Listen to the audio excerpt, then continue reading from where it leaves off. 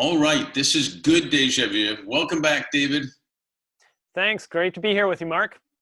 You too, man. You're doing some super stuff, and I can't wait to get into it. And so, how about just, if you will, formally introduce yourself and tell a little bit about you? Sure. My name is Dr. David Bray. My official role is that as Inaugural Director at the Atlantic Council's GeoTech Center, where we focus on how data and technology is changing the world, how it's changing geopolitics, and how geopolitics change technology and data. Also, in different capacities, I focus on how we can move the world forward in a way that has empathy, thinks about people-centered approaches. This is both things that I do in a formal work capacity, but also trying to help as a volunteer with different startups and other organizations that want to think about how we can make sure we remain open societies and that technology is human-centered as opposed to the alternative. Yeah, you've always been a leader in that, and I love it. I want to ask you, everybody talks about their why, and I had someone recently saying, I do my what first. I'm not doing my why, I do my what, then I do my why. But the real question is, why do you do what you do? So there's probably two answers. The one answer that I tend to give people is the world is changing, and if we don't have some foresight about where it's going, we are going to be surprised. And unfortunately, people are going to get hurt, or people are going to, even worse, or it's not going to benefit people. They're going to get ostracized or alienated or locked in imprisonment, whether real or physical or virtual. That doesn't help people. And I've seen that happen so often. I was in South Africa in 1998, and obviously there was the legacy of apartheid, but there was also the questions about the future and where they could go. And I learned a lot from being in the township of Khayelitsha. That later impacted me when I was later with the CDC's bioterrorism program, trying to make sure that we didn't have a bad day that caused the loss of lives. Later was in Afghanistan, also trying to link humanitarian efforts with efforts on the ground there. And so there's one why, which is just simply trying to make sure that we have foresight that tries to help mobilize people to make sure wherever we go in this changing world, it uplifts as many people as possible. And that we don't have the loss of lives or livelihoods or property in the process of that, and we remain open societies.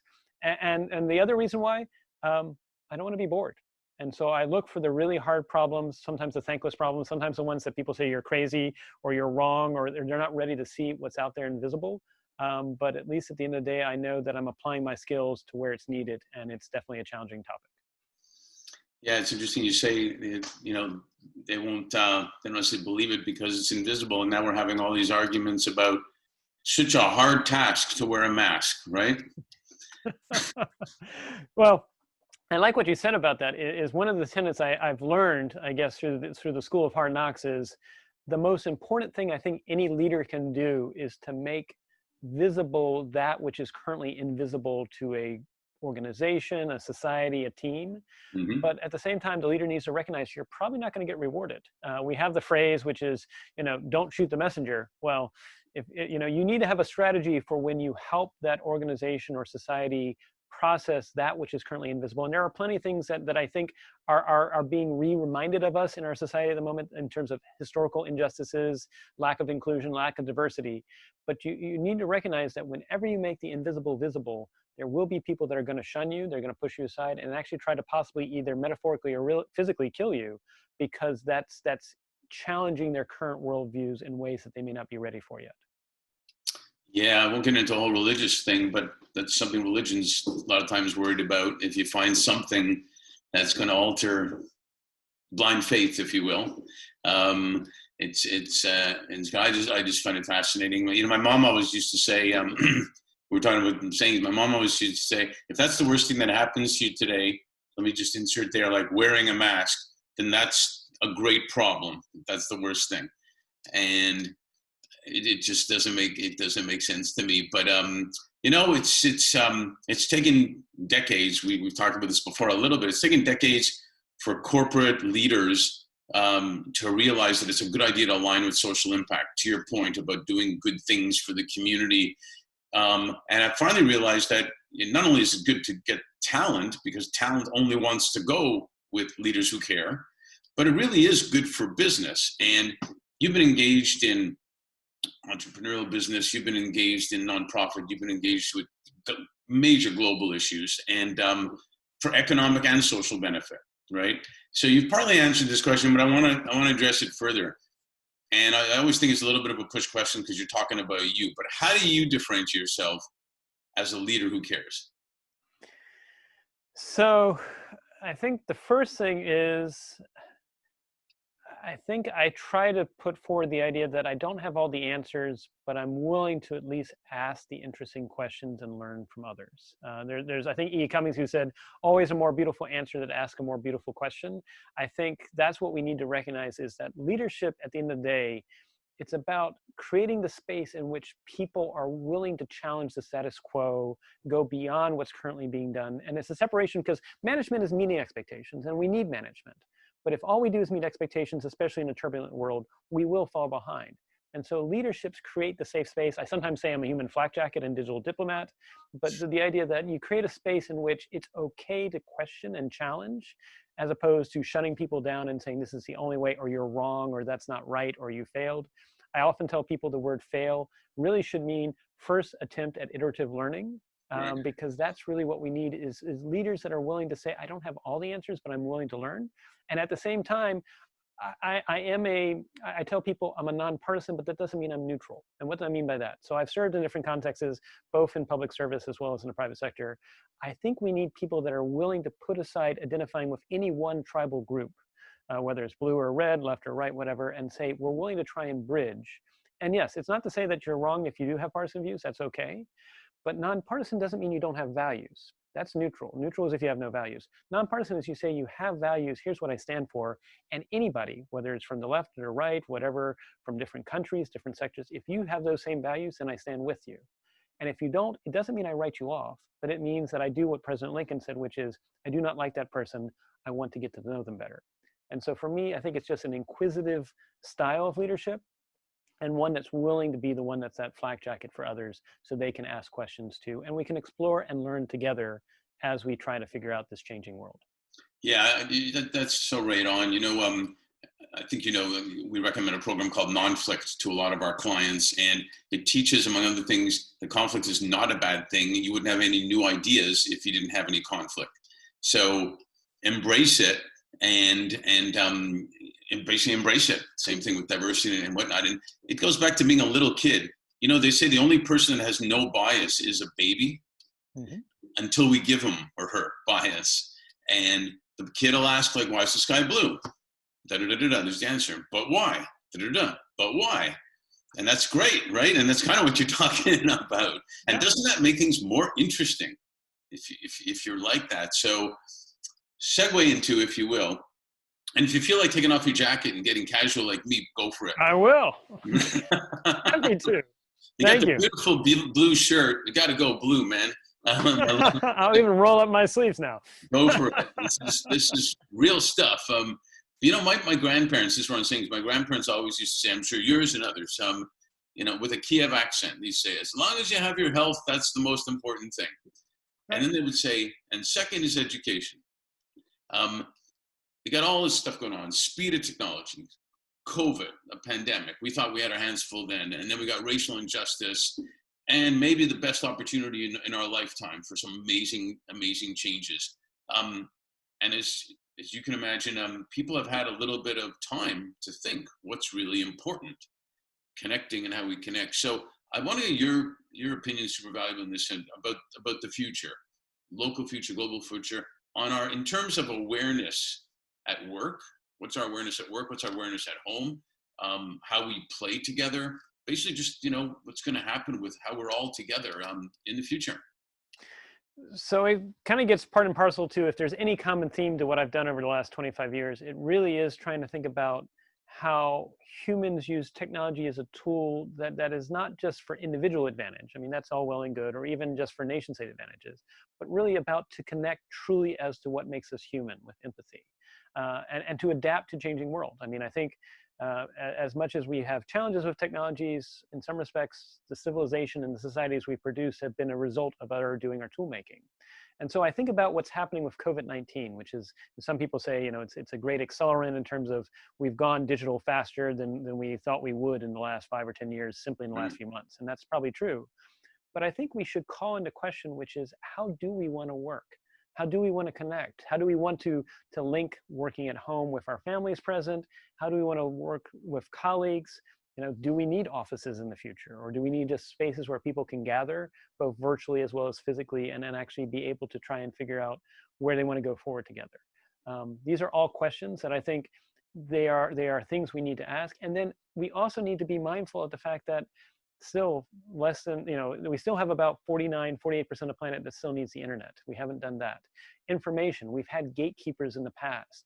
Maybe we need to actually recognize that gatekeepers hold us back, and that, there's conversations about misinformation, disinformation.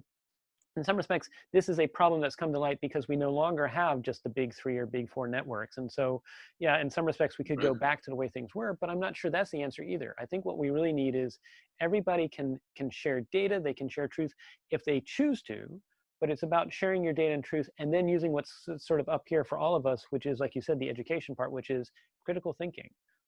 Does this make sense? Is someone trying to inflame my emotions for some purpose or something like that? I think that's a solution that doesn't require technology. It just requires people being empowered to have choice and to have critical thought. And so I think where we need to go, if there's anything I stand for, is that I hope in the next 5 to 10 years, we find ways to use technology to give people more choice and more freedom to do what they want, as opposed to what I feel like we spent the last 30 or 40 years in the digital space producing technologies that actually constrain your choices, platforms that constrain what you can do, and it takes away agency from people and agency from societies. It's so good to hear, because remember when we first got technology, it was supposed to allow us to do stuff we wanted to do versus stuff not. And in some ways, especially in the US, we're working harder than ever, more than ever. Maybe this is finally at the point where it's going to allow people to not have a work-life balance where you end work, you start life, and then you stop your life to go to work. But it's actually, we're living and enjoying what we're working at, whatever it is. And I never believed in the term unskilled labor either. I think that's absolutely right on. And I think, let me tell another story that I can share now, but in a past life, I got approached in 2015. I was already doing a government job, but they said, you have a reputation for helping solve some really thorny problems. One of the military starts very diverse, but by the time the president gets to pick his combatant commanders, so the 4 stars equivalents, they are all Caucasian white male. And they said, could you fix that? And I was like, give me a week and I'll circle back. I have to think about this. And I also said, could I form a team of 12? So it wasn't just me, but I knew I needed a diverse team to weigh into this. And so they allowed me to form a diverse team of 12. It wasn't just me, but we circled back in a week with an answer that said, could we use tools to recognize that people do have biases, unconscious, that if someone looks more like you, you feel more affinity to them. There's a reason for that in evolution, but it doesn't necessarily mean that it makes for a more diverse and inclusive society. Mm-hmm. So could we use tools where it creates an avatar so you don't actually know what the person looks like, or it masks the voice, you don't know if it's male or female? For example, for resumes, we know that data shows that if someone's name is more anglicized, they're 3 times more likely to be hired with the same exact resume than if the name is not anglicized, which is not right. And so what I really hope we can do when you talk about living and sort of embracing living is recognize that we are beautiful creatures. Humans are, not just humans, but animal life and plant life on the planet as a whole.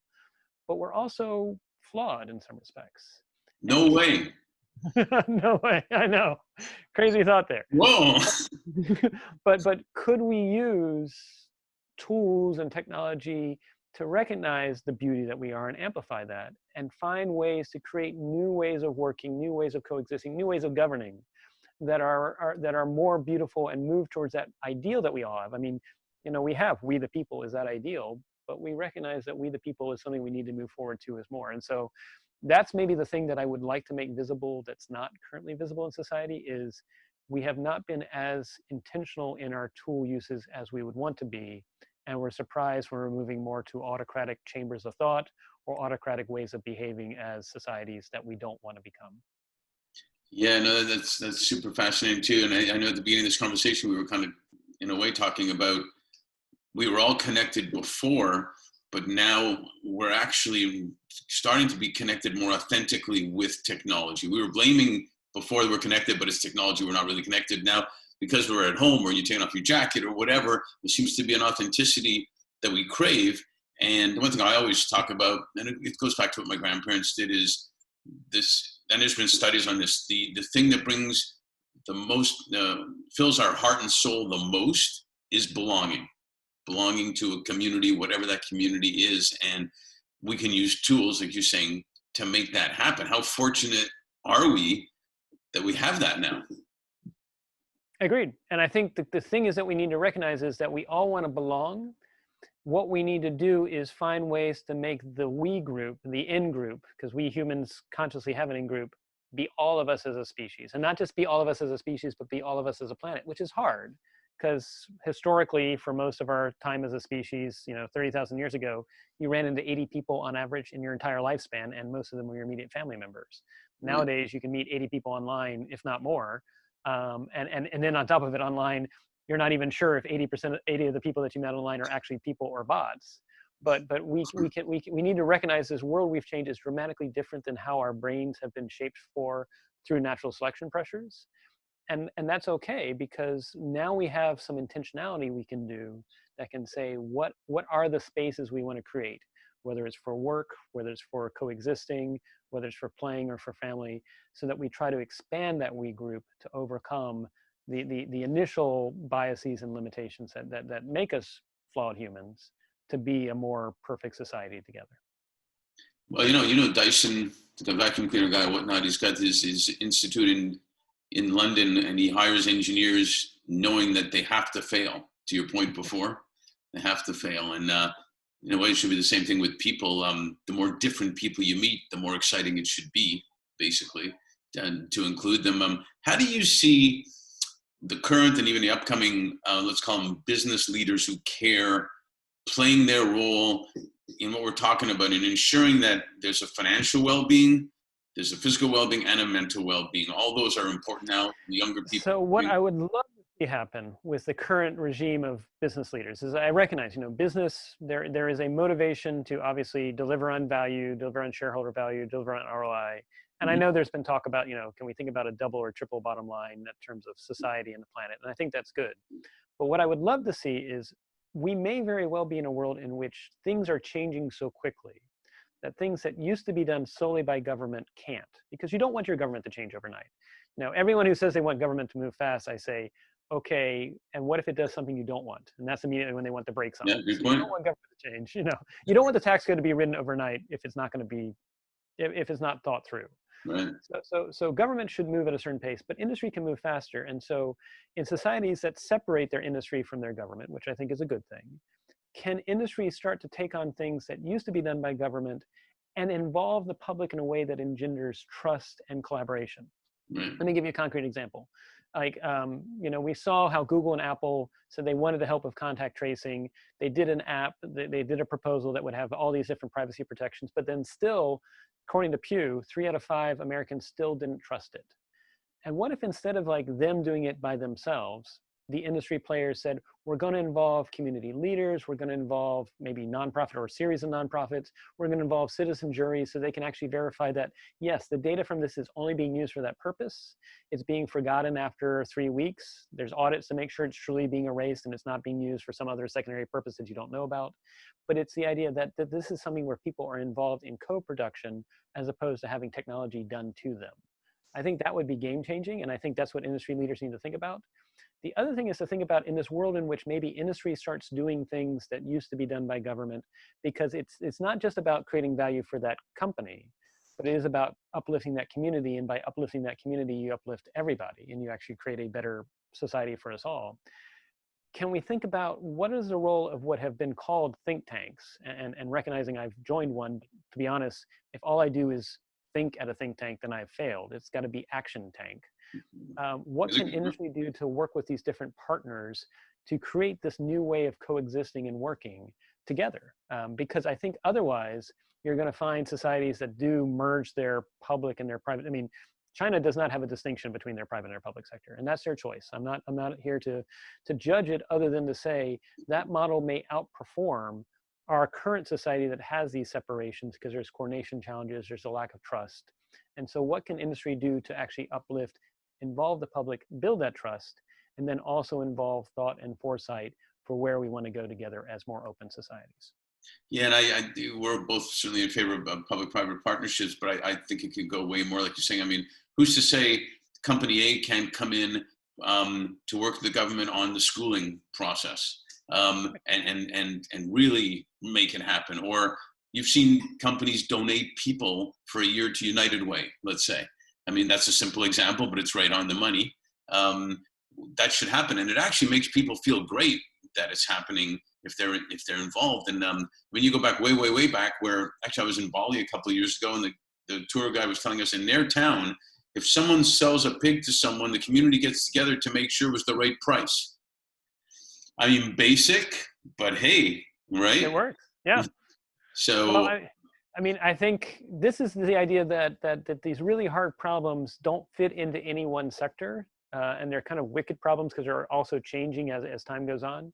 But what we need to figure out is how do we, short of becoming a dictatorship, which makes it easy because you just decide a single narrative, which I don't think we're proposing. right. How do we actually get these different players to motivate from a bottom up, empowering the edge to solve these hard challenges? And I think you're right. People will find joy in it. I mean, I find joy. You know, I often ask people, one of the first questions when I'm looking at new staff or new employees or new team members, I say, what brings you joy? And partly because you want to see what motivates them. I find joy almost like solving the really hard problems. It's almost like, I know Sherlock Holmes was fictitious, but for when the game's afoot, I'm like, I'm excited, I'm charged, because it's a mystery, it's hard, there's gonna be, you know, you're gonna go different paths and you're gonna say, no, that didn't work out, and figure it out. But there's just joy in trying to work together to solve really hard problems. Yeah, how crazy is that if people were given something they loved, that it would work? What a crazy idea, David. I mean, you know, I had an influencer, the long story, at Deloitte, that realized even though I was great at accounting and tax, I hated it. And he took me into the client relations marketing aspect of it, where no one else would. And, you know, it was a brilliant move by that guy for me anyway. So, I mean, if at this point right now, if you could make one dramatic change, now we've kind of hit it a little bit, and it's an unfair question because there's a bunch. If you could make one dramatic change right now, what would it be? One dramatic change right now. That's a fun question to be tossed at. I think what I would do right now is that there was the ability for all of us, if we wanted to, it'd have to be consent-based, to walk a mile in someone else's shoes. And maybe that's something that we may be getting to the point where, you know, I don't want to rush to a technology fix. And in some respects, narratives already do that to a degree. I think that's why we humans are storytellers. But we need to improve, maybe it's even just putting a focus on what can we do in this world that's increasingly becoming digital to help people be able to walk a mile in someone else's shoes. Because I feel like we're missing that in a lot of respects, and then we're surprised when we're becoming more divided and more polarized and more distrustful. That's a great answer. So the last quick question too. I'm a graduate, I'm ticked off, I didn't get a graduation, I couldn't bring my girlfriend to the prom, nothing, or whatever, it's high school, whatnot. And I come to you and say, this is crazy. What do I do? What's next? Well, the thing is, there always will be a next. And what I would say is, yes, while this was clearly a bad time, like you said, that which you know, that which is it's going to define how this generation and how all of us going forward look at this great reset. And I think it's a great reset if we make it so.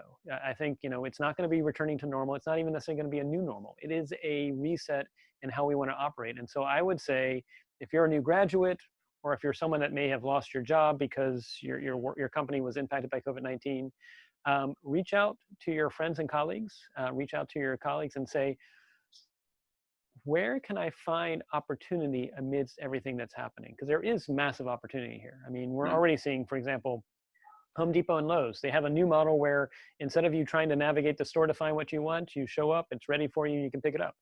To be honest, even once we get back to when COVID-19 is over, I think that's something I would still love to do as a service. Mm-hmm. And so there are new ways of operating things. And so in times of crisis, there are opportunities. And I would say, whoever you are, as long as you have the ability to breathe and the ability to collaborate and be creative, this is an opportunity to say, where do we want to do with this great reset, whether you want to look at it from a business perspective, from a society perspective, a community perspective, or at the end of the day, I think they're all connected by what is the social impact that we want to have for the next 5 to 10 years ahead. Awesome. Well, as usual, you bring good think and action tank to the table. So really appreciate it, man. Thank you. Thank you, Mark, as always. And I look forward, hopefully it doesn't take another few years to pass before we find some other way to collaborate. Maybe we can have you over with the Atlantic Council too, because we need people that bring the heart that you have to think about this world being more connected with human empathy. Well, you're very kind. Thank you. And we will look to make that happen. Thank you.